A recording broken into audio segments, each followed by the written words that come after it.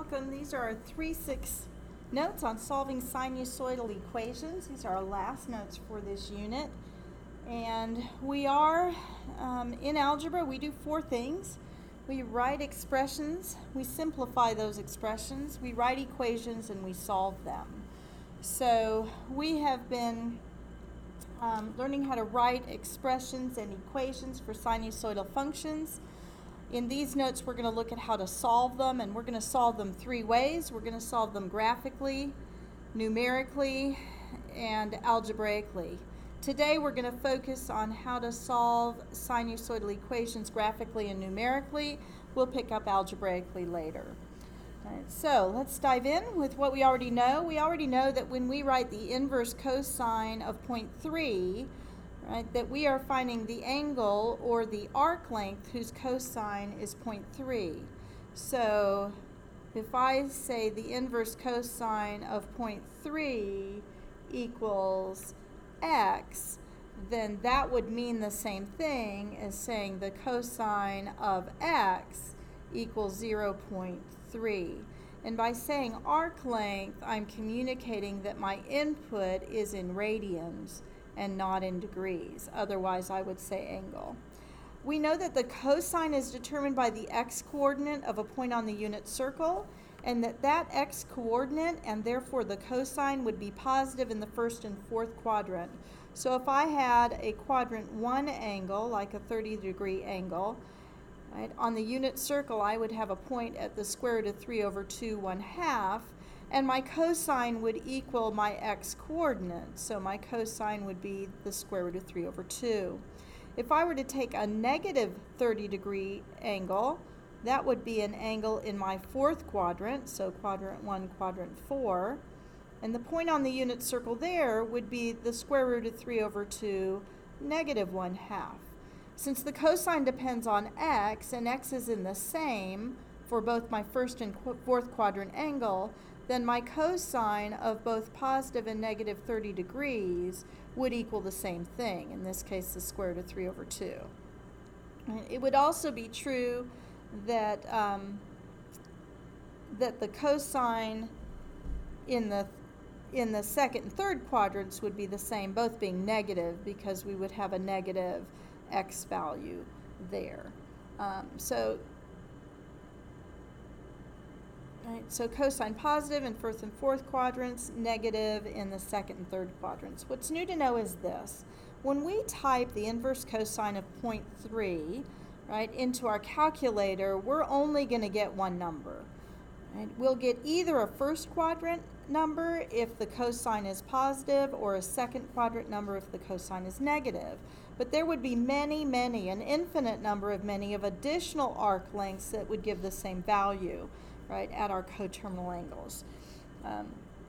So we're going to make an agreement, and the first agreement is this, and that's that we're going to let this function, the arc cosine of 0.3, represent all possible arc lengths whose cosine is 0.3. And then that arc cosine, so that would be for all possible angles or all possible arc lengths,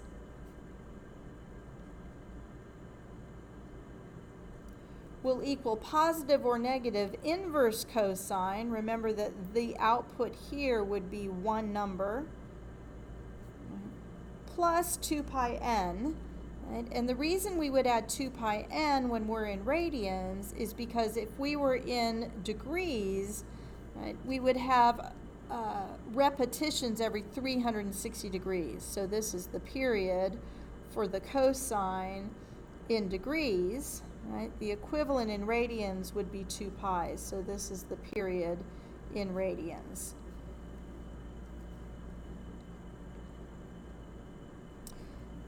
So we're going to apply this definition to find the first 5 positive values of the inverse circular relation. So the first thing we're going to do is directly apply this definition, and we're going to say that the arc cosine of 0.3 instead of x will equal plus or minus the inverse cosine of 0.3 instead of x, plus, since this is circular, Circular means that we're going to be looking for arc lengths, which are radians. So we will add 2 pi n, the length of the period, for the cosine in radians. We're now going to go to our calculator, and when we put this in our calculator, we get plus or minus, right? Putting in inverse cosine of 0.3, we get 1.266 plus 2 pi n. So that really is two things. That tells me that my arc cosine is either positive 1.266 plus 2 pi n, or, right, it is negative 1.266 plus 2 pi n. So let's look at what happens from here. If I make n 0, then to 1.266, I'm adding 2 pi times 0, which is 0, so I just get 1.266.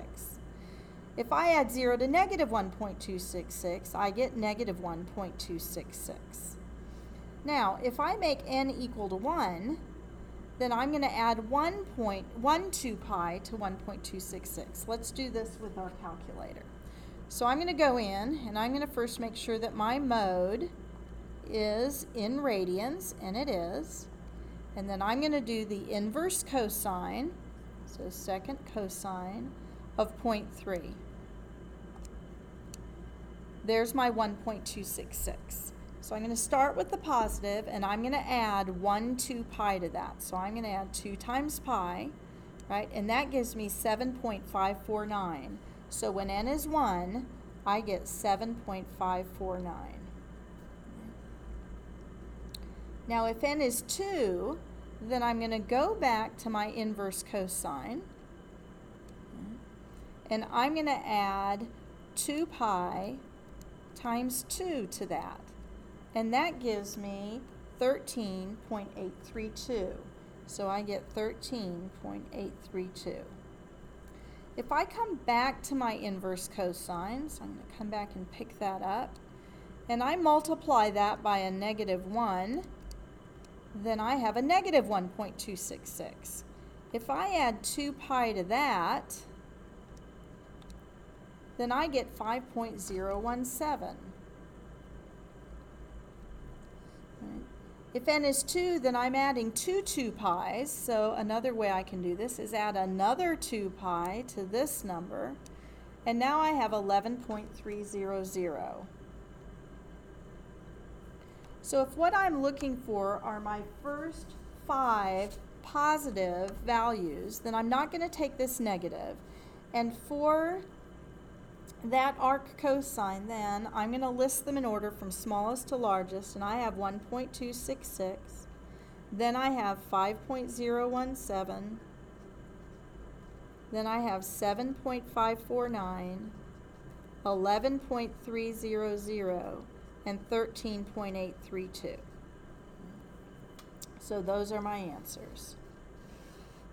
Now, if I'm going to find the first 5 positive values of the inverse trigonometric relations, this trigonometric means I want to be in degrees.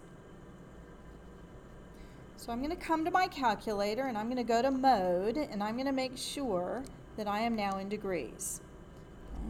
Back to my home screen.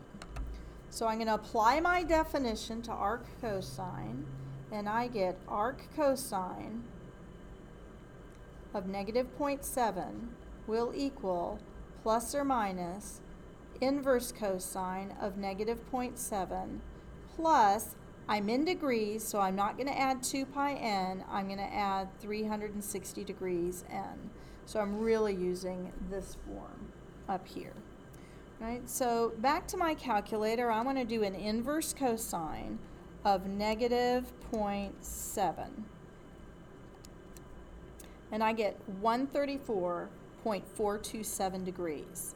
Right, so this is a 7, so this is plus or minus 134.427 degrees. So I'm going to do my analysis again. If n is 0, then I either have 134.427 degrees or I have negative 134.427 degrees. If n is 1, Right, then I'm going to come back to my calculator, and to my 134, I'm going to add 1,360, and that gives me 494.427.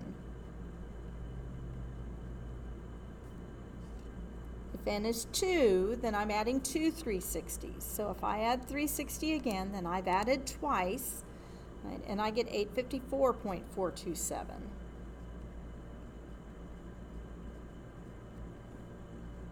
Now I want to go back to my negative 134, so I'm going to come back to my positive 134, and I'm going to multiply that by a negative 1, so it's negative, and I'm going to add 360 to that. So that gives me 225.573. If I add 360 to that, then I get 585.573. And my first 5 positive will not be this negative one, but in order of smallest to largest, I would have 134.427 degrees, then 225.573 degrees, then my 494.427 degrees, then my 585.573 degrees, and finally my 854.427 degrees. So that's using our definition of our arc cosine. You're going to want to know that, and the only difference between the two is if we're in radians, we're going to add 2 pi n. If we're in degrees, we're going to add 360 degrees n. Now, let's look at solving a sinusoidal equation. First of all, we're going to do it graphically, which means we're simply going to use our graph. So let's start with what we're looking at. Okay, this wave, this is the graph of our sinusoid. So I don't have its equation yet. I'm going to find it later.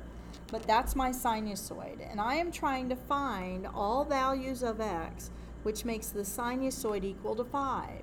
So I'm trying to find what makes my sinusoid equal to 5. I have my graph of my sinusoid, and then I have also graphed my line of y equals 5. When I find what makes those two equal, I am looking for where those two graphs intersect.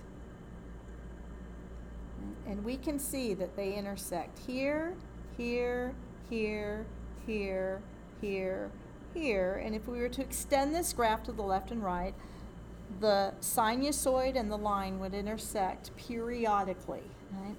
So many, many times. So the way we're going to solve this graphically is we're going to draw lines from two consecutive intersection points of the sinusoid and the line y equals 5. So I'm going to come in here and I'm going to put my focus on the piece of my graph for one cosine wave. So I've got, right, a high point here for the cosine. It comes down to a low point and then back to a high point. And I'm going to focus on those two intersection points with the line y equals 5. Now keep in mind that this line y equals 5 is not my sinusoidal axis. It is not halfway between, right, the upper bound and the lower bound. So I'm just going to read off these intersections. So for this point here, that looks like that intersects at about 8.5. And for my next, my consecutive point, that looks like that intersects at about 12.5. So from there, all my solutions will be where x equals that intersection point plus the length of a period. Okay, let's look at what we've got here. The length of my period is going to be my distance from peak to peak. So this peak appears to happen at, right, about 4. And this peak appears to happen at about 17. So my period will be 17 minus 4, which is 13. The graph of my cosine, right, repeats periodically to where this point, which is on the down slope of my curve, is repeated here, and my distance between here and here comes from adding one period. I have another point which is the downslope of the previous curve, so that goes to here, and that comes from subtracting one period.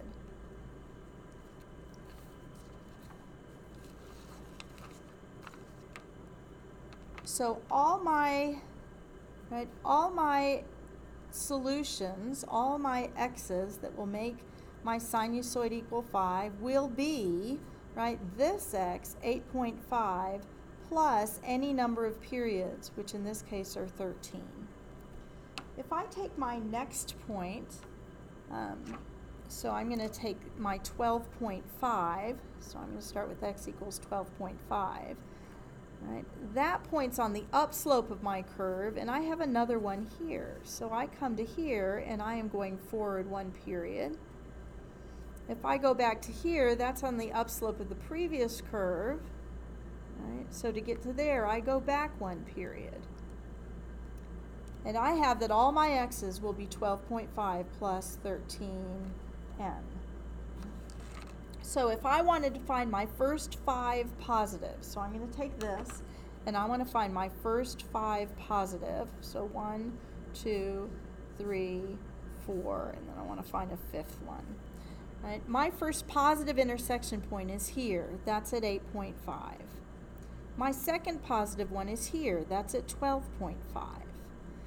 If I take my 8.5 and I add 13, I'm going to get to 21.5. That's my next one. If I take my 12.5 and I add 13 to it, that's going to take me to 25.5. So that takes me forward to here. Now, if I wanted to find 5, then I'm just going to come back and I'm going to add 13 to this one here, and that would take me to one I don't even see, which is 34.5.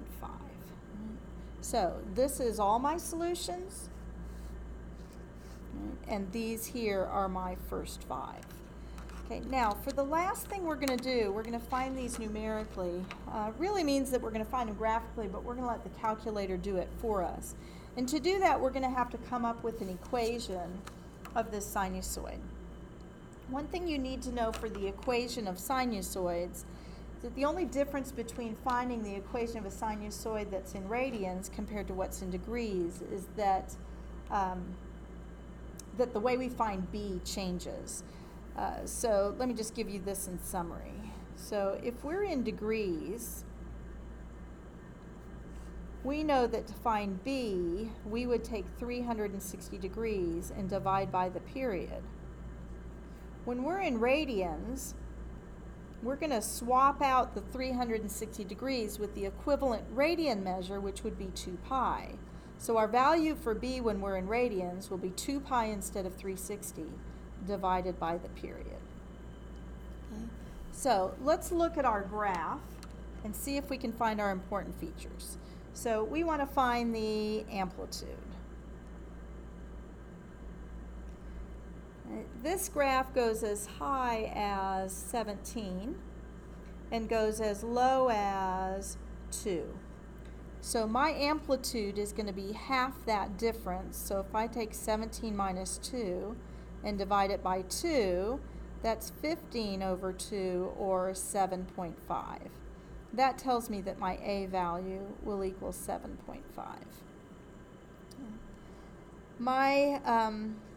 My period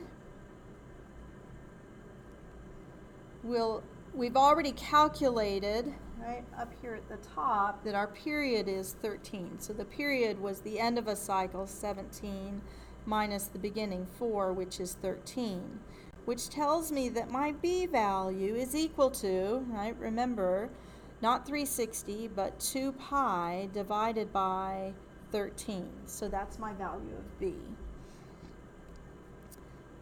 My phase displacement is where one cosine wave, or sine if I choose that, begins, and we can see in our graph we identified that as 4. So this was 4 to the right. which tells us that our D value is 4. And then finally, our sinusoidal axis, right, is halfway between our upper and lower bounds, so that's the average of those. So if I add 16 and 2 and divide by 2, I get, right, 18 divided by 2, which is 9, which tells me that my C value is 9. So my equation is going to be y equals, right, my C value, which is 9, plus my A value, which is 7.5. I based it off a cosine, right, of B, which is 2 pi over 13, times, okay, now when I'm in radians, I'm going to use x instead of theta, and then since my phase displacement was 4 to the right, I'm going to subtract 4. That's a real number, not degrees.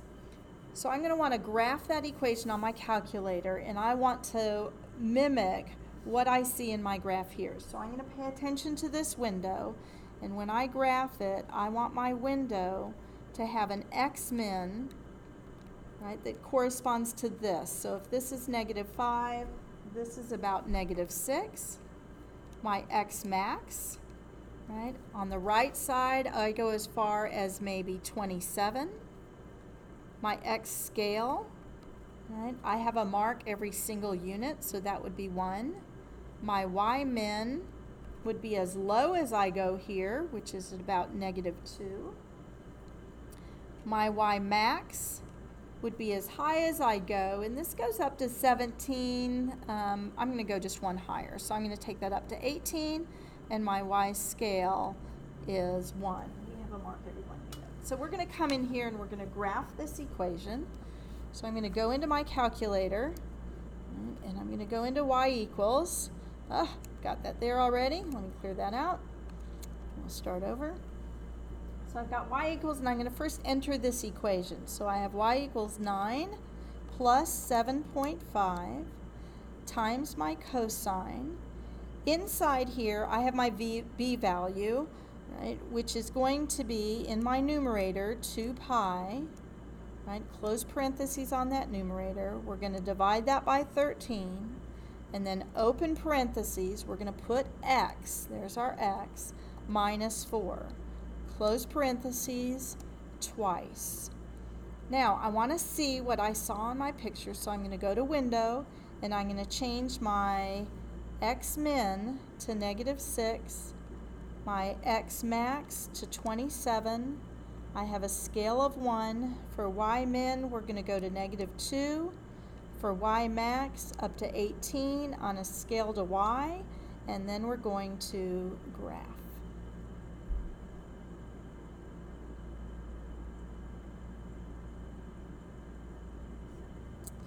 Unfortunately, that is not what I wanted to see. Let's go check. I want my mode to be in radians here.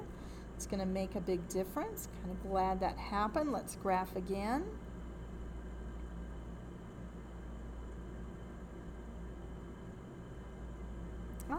And that looks a lot, right, like my graph. I have downslope, right, my bowl. I have my umbrella, bowl, umbrella, bowl. Now, I'm trying to, right, I'm going to flip this over. Right, I'm trying to solve this graphically, and what I'm trying to solve is where y, which is 9 plus 7 times the cosine of 2 pi over 13 times x minus 4, where that equals 5. So I'm doing two graphs.